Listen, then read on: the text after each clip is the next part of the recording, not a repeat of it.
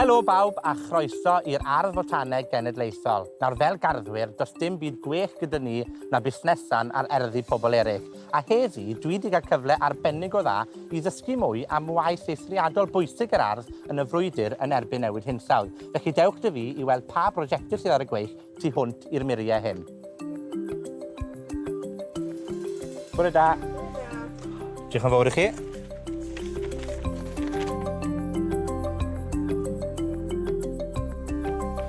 Mae Steff, sydd ti? Ai, iawn.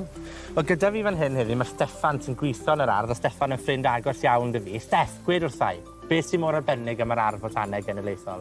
Wel, yn amlwg, jyst wrth edrych o gwmpas y lle, mae'r ardd yn lle arbennig. Agorodd yr ardd i fod yn ganolfan ar gyfer ymchwil a chadwraeth, bioamrywiaeth ac i gynaladwywaith. A felly mae yna wahanol prosiectau yn mynd mlaen yma yn seiliedig ar hwnna. Hefyd, ni'n trial wneud yr holl waith yma ar lefel gall pawb mwynhau a cael mynediad i, nid yn unig yma yn yr ardd, ond i Gymru a dros y byd i gyd.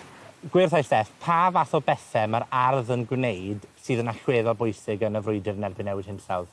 Wel, mae'r amrywiaeth o bethau sy'n mynd mlaen a i gyd yn bwydo mewn i'r un peth. Enghraifft, yr ymchwil a'r peillwyr yma, mae hwnna wedi dangos sut mae'r planhigion sydd ar gael ar gyfer gwenyn mêl enghraifft wedi newid dros y 50 mlynedd diwetha. Mae popeth i ni'n neud yma o ran garddo yn cael ei wneud heb defnyddio mawn a pla laddwyr. A mae yna ardalodd arbennig yn yr ardd sydd wedi neilldio ar gyfer dangos planhigion prin Cymru a sut i ni'n mynd ati i gwarchod yna am cenedlaethau i ddod. Fel garddwr, a chei ond yn dweud gymryd o ysbrydoliaeth mae'r ardd wedi bod i fi yn barod a wi ffili aros i weld y cychod gwenyn, y tŷ gwydr mawr a jyst popeth sydd ar y map yma sydd gyda ti ni heddi. Briliant. Ewn ni amdani? Ie, Bant ni.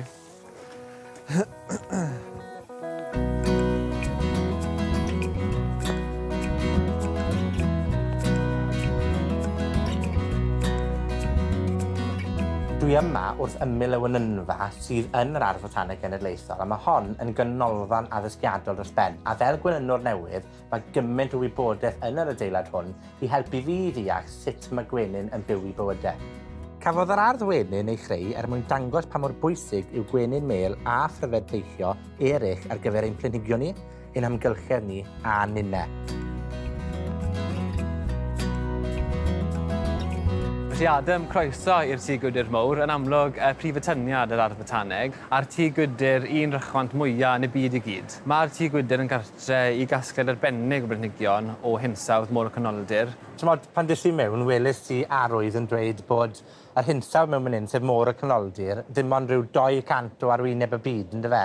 Ond bod 20% o holl blanhigion y byd yn byw yn yr ardal honno. Felly mae'n allweddol bwysig bod ni'n casglu a diogelu'r planhigion yma i'r dyfodol. Ie, yn bendant. A na beth yw pwrpas y tŷ gwydr yw i ddangos y planhigion yma a'i pwysigrwydd nhw. Fel wedys i, mae'r tŷ gwydr yn cartre i gasglu arbennig o'r planhigion, gan gynnwys y planhigyn mwyaf prin yn y byd. Y planhigyn mwyaf prin yn y byd i gyd? Ydy, mae e fan hyn yn y tŷ gwydr. Yn yr Ardd Botanneg Genedlaethol? Unig chi'n mynd i weld? Ydy, di ar un i fynd. Waw!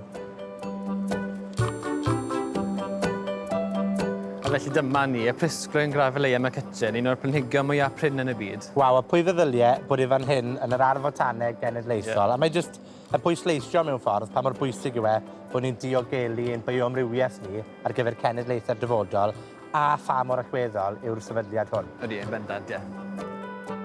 Mae'r Banc Hadau Cenedlaethol yn ddatblygiad pwysig a chyffrous i Gymru. Cesglir hadau planhigion yn boblogaethau prin a chyffredin o bob cwr o'r byd. Bydd swyddogion yn didoli a sychu'r hadau yn defnyddio peiriannau arbennig. Ac yna yn eu storio nhw mewn oergelloedd a rhewgolloedd am flynyddoedd lawer i ddod.